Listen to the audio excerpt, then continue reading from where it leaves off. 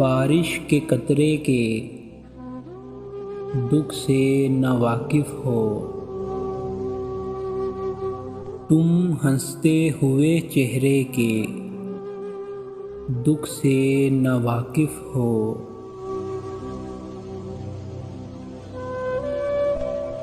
तुमने सिर्फ बिछड़ जाने का कर्ब सहा है,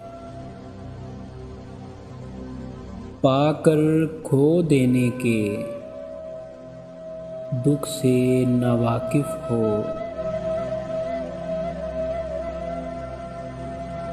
एक ही छत के नीचे रहते हैं हम, लेकिन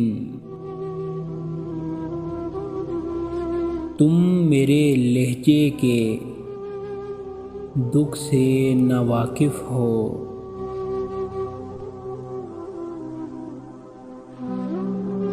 साथ किसी के रहकर जो तन्हा कटता है, तुम ऐसे लम्हे के दुख से न वाकिफ हो।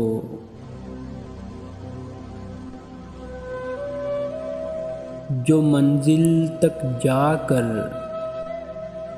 और कहीं मुड़ जाए,